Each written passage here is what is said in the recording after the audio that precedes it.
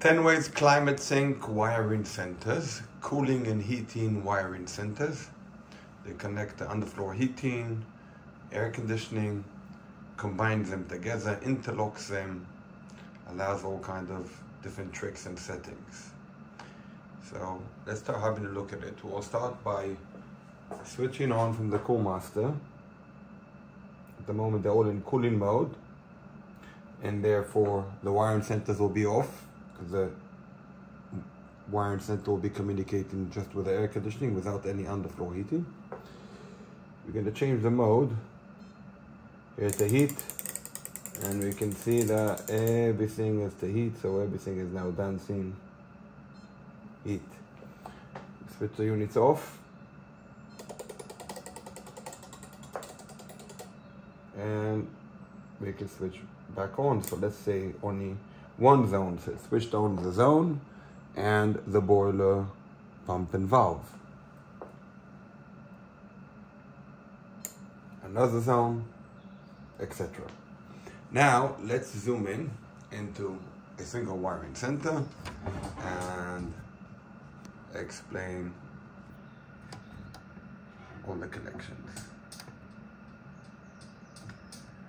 So here we go. We will start from the bottom right. We have here the power supply, 110 volt to 240 volt, so we can use it worldwide. We have 8 relays for underfloor heating. Each relay is normally open, normally closed. So the middle is common, right is normally closed, left is normally open. So each one is volt free, so you can use it for different applications.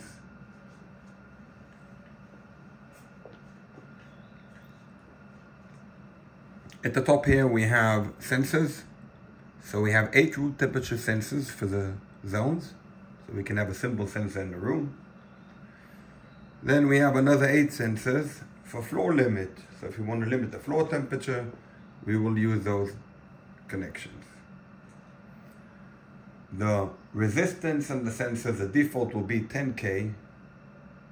However, if you have any other resistance, it could be set to different resistances by sending an ASCII command. You can set both the resistance and the beta value as well to get more precision. We have a USB connection for firmware update and for ASCII communication. We have 3 Modbus lines. This allows us to do our communication. So from one line we will communicate with the Cool Automation CoolMaster, where we will use it as a central controller, as an interface for the Cool Remote app. So you can use an app with our wiring centers, and as an interface to all home automation and BMS systems, where you can do home automation, you can do KNX, you can do BACnet, you can do Modbus as well.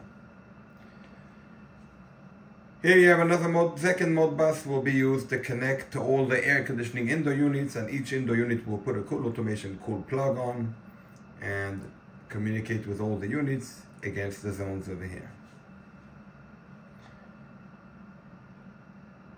Here we have another Modbus connection which will be connected if we want to use local remote controllers. So we will use Modbus remote controllers in the rooms or remotely, wherever we want, and we can link them between them and the units automatic by just setting the address.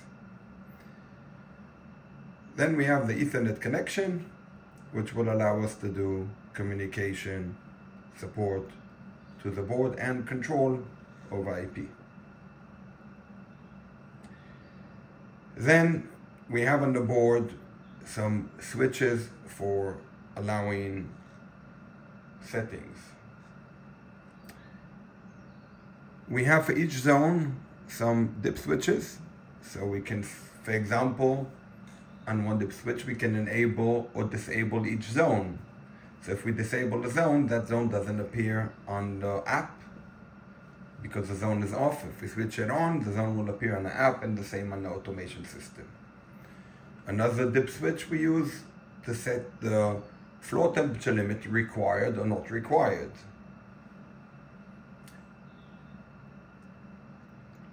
We can also do settings, some dip switches, global settings for the board.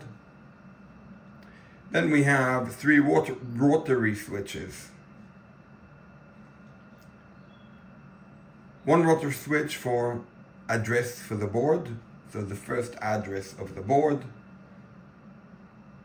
And by addressing, for example, the 0, then we will have units 001 to 008. Here we have it as 1, so we have 011 to 018, 021 to 028, 031 to 038. And that's how they appear over here on the CoolMaster. We mentioned we have floor limit, so we don't need to set it on ASCII. We can set on a rotary switch the floor limit temperature. The device will allow you to, first of all, interlock the air conditioning and the heating, that they don't fight each other.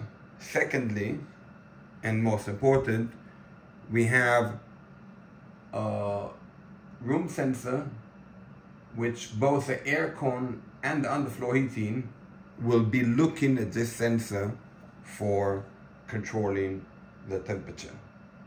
So this board will communicate with the indoor unit, and the indoor unit will display the temperature that this sensor reads, which means we're allowing the inverter system, VRF system, smart air conditioning, we're allowing it to continue operating its own logic and looking at our sensor.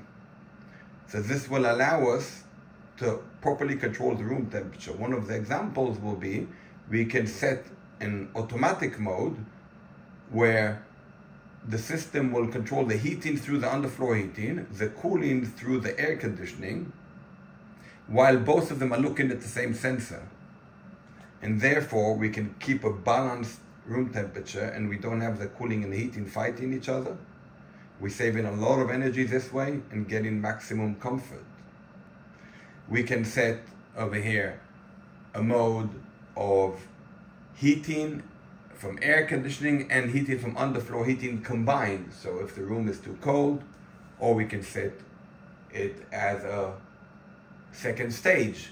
So if the room temperature cannot be achieved by one of them, which you select which one you want as a preference, then the other method of heating will kick in and allow you to reach the temperature.